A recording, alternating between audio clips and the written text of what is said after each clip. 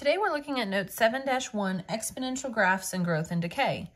So an exponential graph, at least when we're just talking our parent functions, are in the form y equals b to the x, where b is called your base.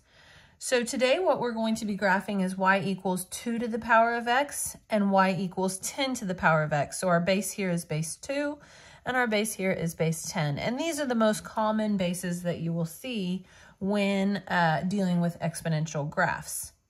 So how do these graphs behave? How do they look? Okay, so notice here I have a table of values, and I've always told you, since we've done parent functions, that we typically like to see what happens on the left side of the graph, in the middle, and on the right side of the graph. That's why these x values or inputs have been chosen. So how do I get the output or y value for this input? Well, here's some space to show some work, okay? So if I have the input of -3, that's going to look like 2 to the -3rd, which, remember, when you have that negative exponent, that's going to become 1 over 2 to the 3rd. I'm sorry, that's very difficult to see. And then this is going to be, here I probably need to either use pencil or something, 1 over 2 to the 3rd. Yeah, with this, I don't know if you're going to be able to, hopefully you could just hear me say it and that's good enough, which is equal to 1 over 8, right? Because 2 to the 3rd is 8.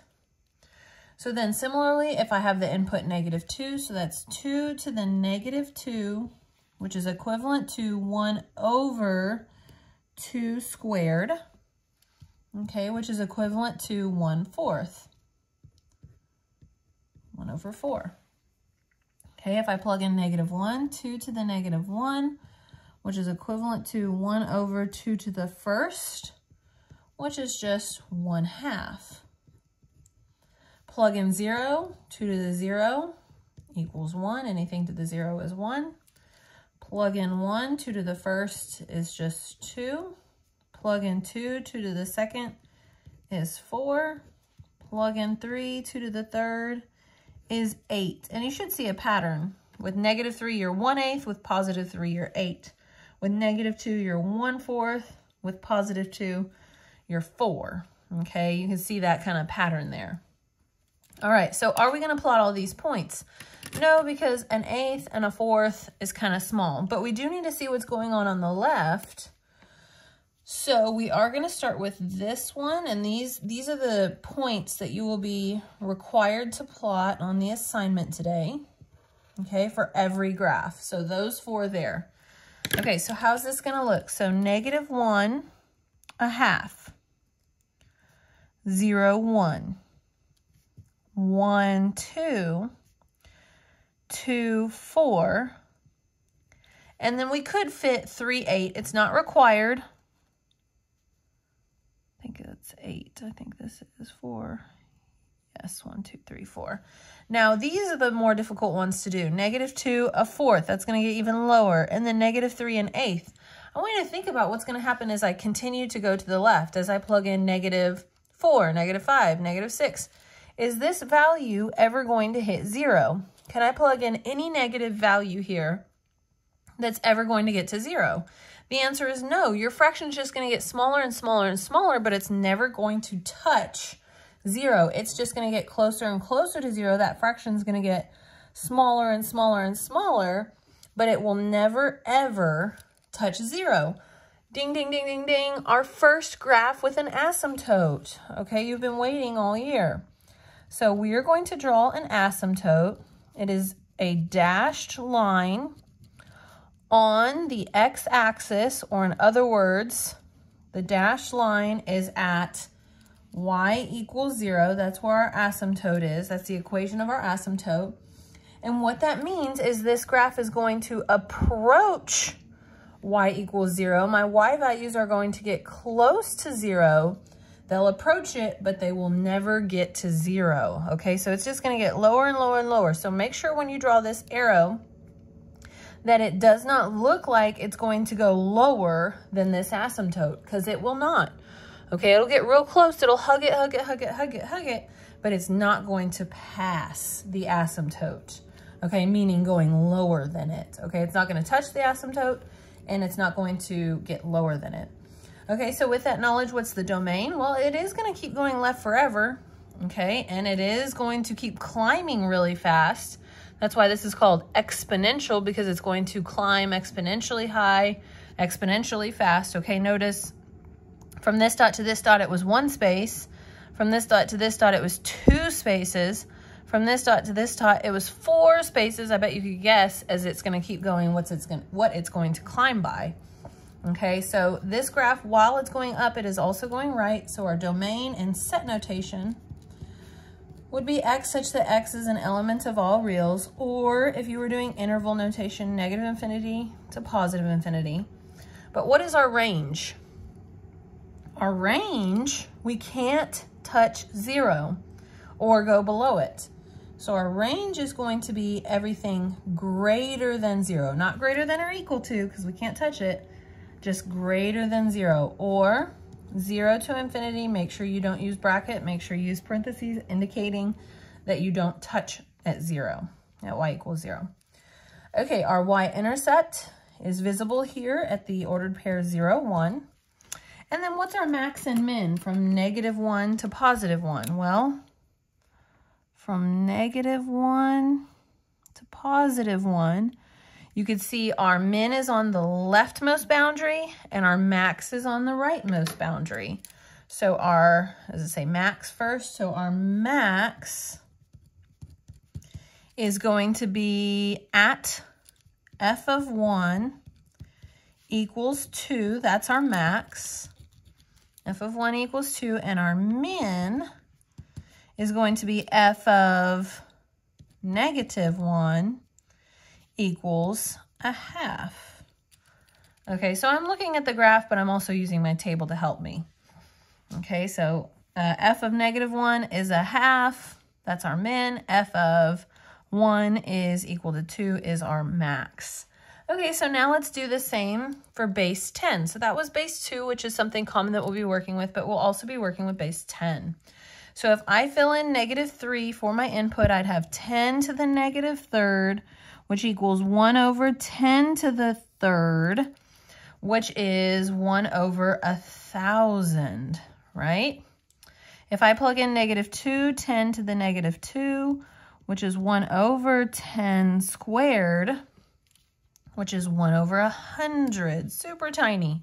Plug in -1, so 10 to the -1, which is equal to 1 over 10 to the 1st, which is 1/10.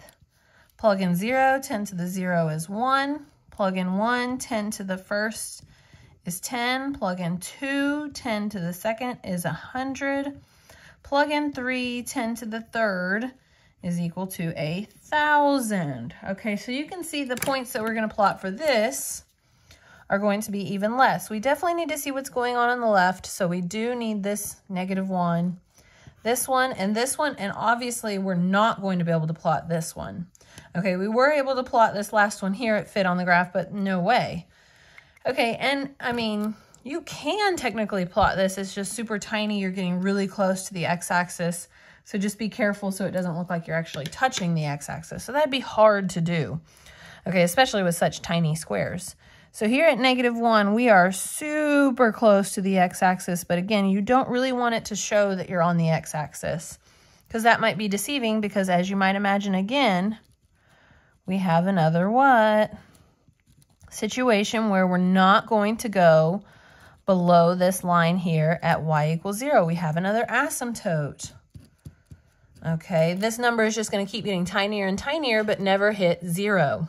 Okay, so here's my first point that I'm going to plot, -1, 1/10, 0, 1, just do your very best, and then 1, 10. So this one grows very fast, very quickly, right? You can see with that larger base, make sure you have arrows on both ends to indicate this is going on forever. It's hard to see, but I need to know they're there. Okay, so arrows in both directions, and this one climbs exponentially fast, doesn't it? So our domain is still all real numbers, still spans all the way left, all the way right. Although it's going high fast, it's also still going to the left. Okay, our range is still the same as the previous base, 0 to infinity. Our asymptote is the same. Our y-intercept is the same. Let's see our max and min. So our max and min goes from -1 to +1. Ooh, that's a tiny space. Okay, so we are from -1 to +1 for our max and min. So our max is obviously this high, f of 1 equals 10. That was our max. Our min is this low point. So f of -1 equals 1/10. Okay, so there we are with that. So what I want you to do is pause the video for a moment, okay? And I want you to get out your Algebra 2 parent function notes. Okay, pause the video, get your parent function notes, and we are going to actually fill in on the back our first parent function that has an asymptote. So exponential parent function where y equals b to the power of x. We're only going to be dealing with, when we're talking about the parent function, we are going to deal with some that have b that lies between 0 and 1. But for this case, we're talking when b is greater than 1, so our base is either like 2, 3, 4, 5, 6, 7, 8, 9, 10, like we dealt with a second ago. But what we're going to use on this graph, because as you can see, you can fit a lot more points with the base 2 than you can base 10. We're going to use base 2. I want you to take a moment and fill this stuff out. Pause the video if you need to. You already know this stuff. We already talked about it. These were the points I highlighted. All right, now I'm going to take it away, so make sure you pause if you need to get all this information. All right, so I'm taking it away, and now let's get down to the exponential growth and decay portion. So sometimes you'll have a value in front, so this is whenever you're like transforming the parent function. Remember that a value either stretches or shrinks. Okay, so remember that, vertically stretches or shrinks. So remember that b is our base. Okay, b is still the base of the exponent. Okay, when you have the form y equals a times b to the x, what will your y-intercept be? Your y-intercept will always be 0, comma a when you have this format. Because think about it, 0 plugged in for x, anything to the 0 power is 1. So this would be like a times 1, which is a. Okay, my y-intercept will always be 0, comma a. And when b is greater than 1, as you just saw, b was greater than 1 here, b was greater than 1 here. And as you can imagine, the greater that value gets, the faster it's going to rise and grow from left to right. It's growing. When b is greater than 1, then the graph is exponential growth. Okay, and it looks like what we saw, something like this. It grows. When you're reading from left to right, it grows. But as you might imagine, when b lies between 0 and 1, the graph is exponential decay. And what will happen is if you look at the graph from left to right, it's going to fall as it goes left to right. Okay, so all we're doing today is stating whether the following are exponential growth or decay. Okay, so remember that's like your a value or your stretch or shrink. What we're looking at to determine growth or decay is what the base. Okay, so in this case, the 1/3. So this has to have parentheses because the whole thing, the 1/3 is to the power of x. So does this satisfy this or this inequality? Okay, so of course, 1/3 lies between 0 and 1. So this is decay. And I know it doesn't say, but let's practice giving the y-intercept. The y-intercept would actually be 0, comma 12. Okay, that value there, because if you plug 0 here, 1/3 to the 0 is 1, and 1 times 12 is 12. Okay, so I want you to know that this doesn't really need parentheses. You might see this written as y equals 1/4 times 8 to the x. So you might see that as well. It means the same thing. It didn't need parentheses, like this one that did need parentheses because that was a fraction there for the base. But this base is not fractional, so it didn't need the parentheses, so you may or may not see it with it. So the base here is 8. So this is growth. I know it has a vertical shrink, but still we're only looking at the base to determine growth or decay. And the base is definitely greater than 1, so this is growth. And now what this affects is the y-intercept. The y-intercept will occur at 0, a fourth. Okay, last one, and you may see this one also written differently. You may see it as y equals 2 times 2 to the power of x. Okay, and again, this is our base. That's what we're looking at. That value is greater than 1. So this is growth. Okay, that is growth. Our y-intercept would be 0, 2. Because if you plug in 0 here, that'd be 1, and 1 times 2, that a value. And that's what you would get. Okay, you might want to box these just so you know that this was the answer.